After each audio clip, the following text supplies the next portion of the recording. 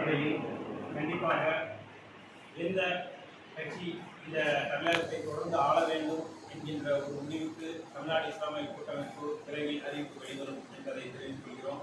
மேலும் எங்களது கோரிக்கையான PRR சட்டம், அதாவது ப்ரொடெக்ஷன் ஆஃப் ரிலீஜியன் ரைட்ஸ், மத அடையாள உரிமைகளோடு மக்கள் நடமாட தேவையான பாதுகாப்பை உறுதிப்படுத்துவதற்கு தமிழக அரசு ஒரு சட்டத்தை நிறைவேற்ற வேண்டும் என்ற கோரிக்கையை வைத்திருக்கிறோம்.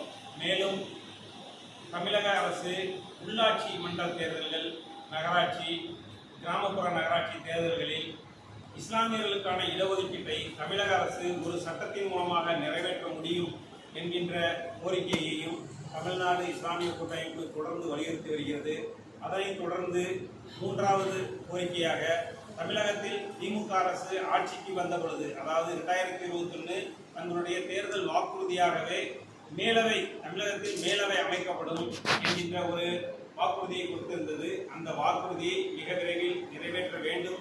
அதன் மூலமாக இந்த சமுதாயத்தின் முக்கிய பிரமுகர்களாகவும் முக்கிய பங்காற்றிய சமுதாய பணிகளை தொடர்ந்து செய்து வரக்கூடிய மக்கள் செல்வாக்கற்ற தலைவர்கள், கம்யூனிஸ்ட் மற்றும் சமூக ஆர்வலராக செயல்பட்டுக் கொண்டிருக்கக்கூடிய இந்த நாட்டின் மீதும் இந்த மாநிலத்தின் மீதும் தமிழ் மீதும் அக்கறை கொண்ட மக்களை அலங்கார அவைகளில் இருப்பதை தவிர்த்து அதிகார அவைகளிலும் அவர்களை இடம்பெற செய்ய வேண்டும் என்கின்ற ஒரு சட்டத்தை தமிழக அரசு உடனடியாக நிறைவேற்றி மேலவையை அமைத்து தர வேண்டும் என்ற கோரிக்கையை வைத்திருக்கிறோம்.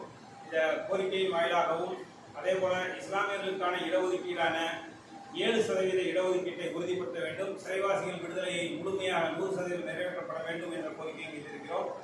இதற்கான தீர்மானங்களை நிறைவேற்றி அதன் அரசுக்கு நாங்கள் அனுப்பியிருக்கின்றோம். அந்த தீர்மானங்களின் வாயிலாக யார் அந்த தீர்மானத்தை நிறைவேற்றி இஸ்லாமியர்களுக்கான 22